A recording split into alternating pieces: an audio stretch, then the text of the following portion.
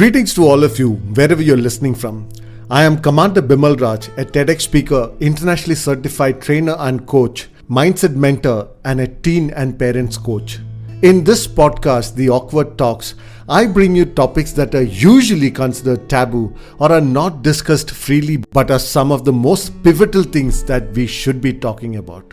Have you ever lost control of your emotions and did something in the heat of the moment that you later regretted? Perhaps you lost it or blew up at someone, your partner or your child, a work colleague, or perhaps a driver of another car while you were driving, and to such a degree that you never would do normally. Have you seen other people behave or react in ways that is contrary to how they are in normal life?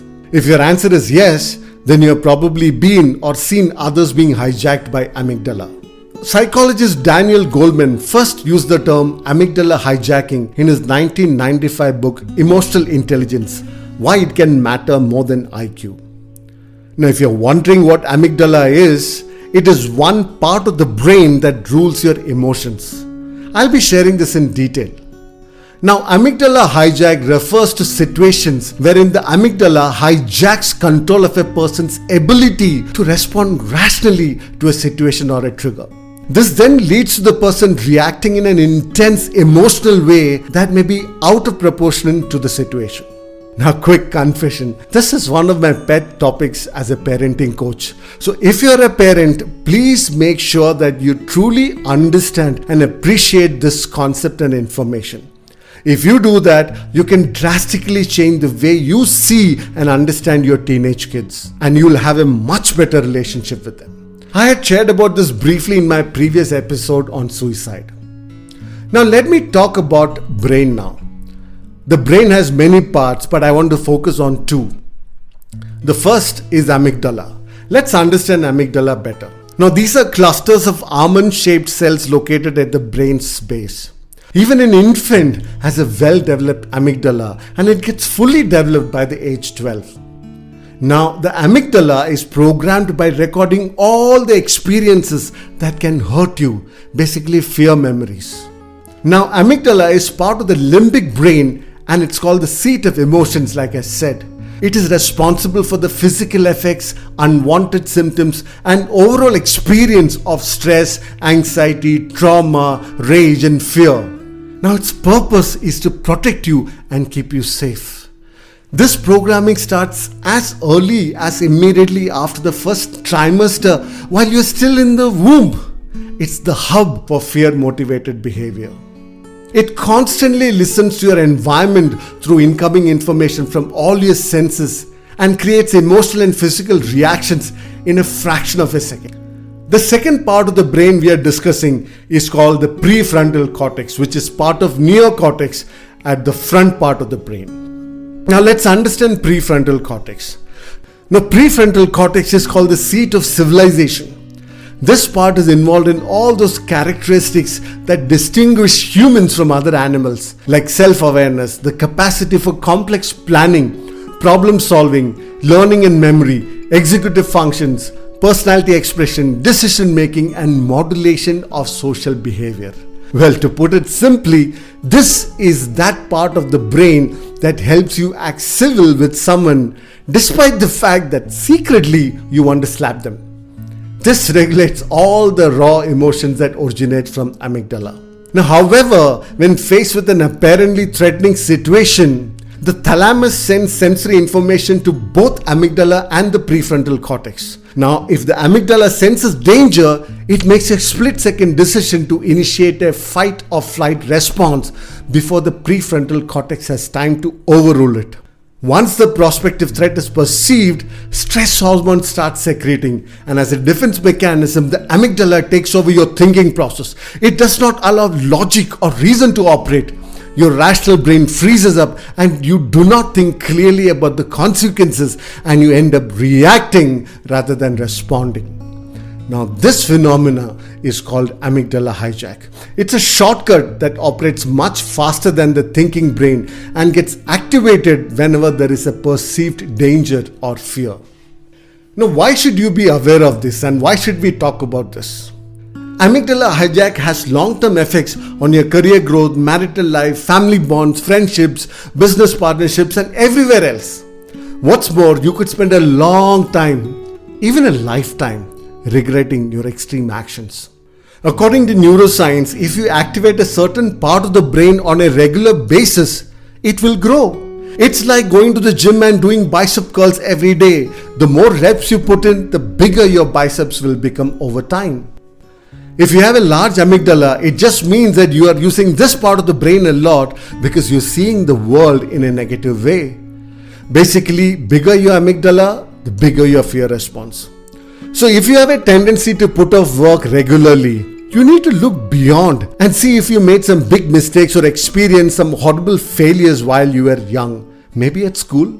If so, it's totally understandable why you would take time and feel a bit scared about starting a major assignment. Similarly, if you're struggling to get started with your work, it could be because you're scared of making mistakes. You may be afraid that you won't do a good job and it may end up being a flop show. Therefore, to avoid experiencing these negative emotions, you subconsciously avoid doing the work. Now, this works fine for the short term. However, as the deadline gets closer, your stress level begins to skyrocket and the whole process backfires because you just ended up firing up your amygdala again, making it grow a little bigger. And this in turn invites even more challenges next time. Now, how can you prevent these amygdala hijacks? The good news is that you can ease the symptoms of amygdala hijack, and over time, you may even be able to stop them from happening also. Hijacking happens when your frontal lobes are not activated. So one of the main focus should be to activate the frontal lobes. For example, if you feel stressed or feel rage building up inside, you will see that your hands begin to sweat or your heart rate quickens. This is a clear indication of a hijack about to happen. One of the best things to do at that time is to physically separate yourself from the situation which has triggered this response. Now, this short-term break can calm you down, and once you are calm, you may be able to rationally think about the situation and decide on a more appropriate response. Now, not everyone will be able to do this because amygdala hijack happens in an instant. It is always better to train your mind and brain earlier on. Now, how do you do that? The best way to prevent an amygdala hijack is to increase your emotional intelligence. Now, emotional intelligence describes your ability to understand and manage your emotions. Once you develop your emotional intelligence, you can use it in positive ways to relieve stress, communicate effectively, empathize with others, and even diffuse conflict. A person who is emotionally intelligent has strong connections between the emotional center of the brain and the executive or thinking center. These people know how to de-escalate their own emotions by becoming engaged, focused, and attentive to their thoughts and feelings. Although some people are naturally more emotionally intelligent than others, like many skill sets, emotional intelligence can be cultivated. Now, how do you develop emotional intelligence to stop amygdala hijack? First is mindfulness. Now, mindfulness is the ability to be fully present, aware of where you are and what you're doing, and not get overly reactive or overwhelmed by what's going on around you. According to a 2014 study, mindfulness meditation can help you improve your emotional intelligence in 3 major ways. First, it improves your ability to comprehend your own emotions. Second, it helps you learn how to recognize the emotions of other people. Third, most important, it strengthens your ability to control your emotions. Now, if you practice mindfulness every day, you will develop this part of the brain and make it stronger. Then, when you find yourself in a stressful situation, it'll be much easier to switch on the mindful part of your mind. Next, stress management. Another key to preventing amygdala hijacking is being aware of your stressors. You should be able to identify when a certain acute everyday stress turns into a chronic stress or a trigger. And if you find yourself constantly in a state of stress, employ stress management techniques immediately. Now, effective stress management should include fast-acting stress relievers like rapid breathing exercises, or otherwise called breath of fire. It helps in immediate stress relief. You can also employ other healthy habits like exercise, meditation, and journaling to reduce your overall stress. Next is an attitude of gratitude.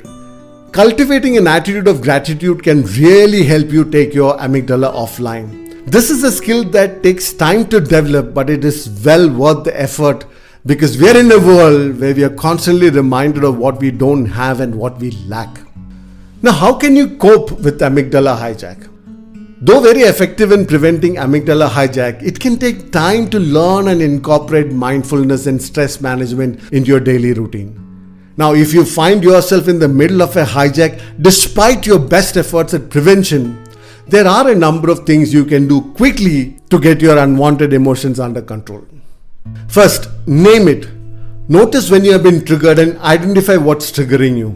Notice changes in your tone, tightness in your chest or stomach, clenching in your jaw or hands, etc. In these moments, say to yourself, I'm feeling triggered right now. What it is doing is that it's increasing your awareness about what you're going through, and that will immediately bring down your stress. Next, remember the 6-second rule. It takes the chemicals that are released during the amygdala hijacking about 6 seconds to dissipate. Now use that time to focus on something pleasant, and it will prevent your amygdala from taking control and causing an emotional reaction. I spoke about glimmers in one of my previous podcasts. Glimmers are the opposite of triggers, those little everyday things that give you a boost of instant joy. I suggest you become a glimmer chaser. Do listen to that episode of my podcast if you haven't already. Next, breathe. Become aware of your breath and slow it down. Take deep breaths. When you slow down your breathing and make it rhythmic, you activate the parasympathetic nervous system that allows you to make thoughtful decisions in stressful times. Also, when you take deep breaths, you are supplying more oxygen to your brain, which will help you to think with more clarity. Next, take a personal timeout. Every time you feel strong emotions coming up inside of you, excuse yourself physically from the situation you are in. Come back once you are in control of your emotions. Now, this becomes extremely crucial if you are under the influence of alcohol or any other substance. A study into murderers revealed that close to 90% of impulsive murderers were either under the influence of drugs or alcohol at that time of the act or have a history of substance abuse. See, when you are under the influence, you will not have full control of your impulses, and amygdala hijack can happen much faster if you're not careful. That is the reason why we see so many bar fights and alcohol-induced arguments even in normal life. I hope you now have clarity about amygdala hijack. Now, I want all the parents to listen carefully to this very important part. Your children, especially as they enter their teens, are in a constant state of amygdala hijack. Their amygdala is fully developed by now, but science has proven that the prefrontal cortex starts developing only around age 12 and finishes developing only around age 21. That is the reason they react to you very badly. They say hurtful things and are argumentative all the time. So when you're about to lose temper with them, please remember that between the two of you, only you have the neurological ability to control your anger. They may not have a developed prefrontal cortex, but remember that you have. So be sympathetic towards them and use your developed prefrontal cortex to some good use. Please don't take what they say during that time personally, and for God's sake, don't react to it. If it needs to be addressed, do it later when both of you are in a normal state. Please remember that their anger will be done in a few minutes once their emotional outburst is done. They're empty after that. However, if you stoop down to their level and have a fight between your amygdala and theirs, the hurtful things that you say may remain with them for long. And next time they have an emotional outburst, the things that you said the first time also gets added to it, making it an even more vicious one. To sum it up, let me share that all of us have been hijacked by our amygdalas at some point in our lives.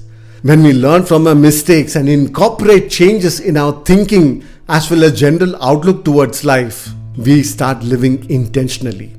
Life is all about increasing our awareness about ourselves and life in general. Focus on living a life where you are constantly learning and growing. When you do that, you'll be in a much better position to avoid random decisions and knee-jerk reactions to events and situations. If this podcast is adding value to you, I request you, please rate our podcast. Do share with others if you feel that the topics covered are useful to them as well. Please make sure that you click the follow button so that you don't miss any episode from us. Now, this is Commander Bimal Raj, and I will be back with another awkward talk soon.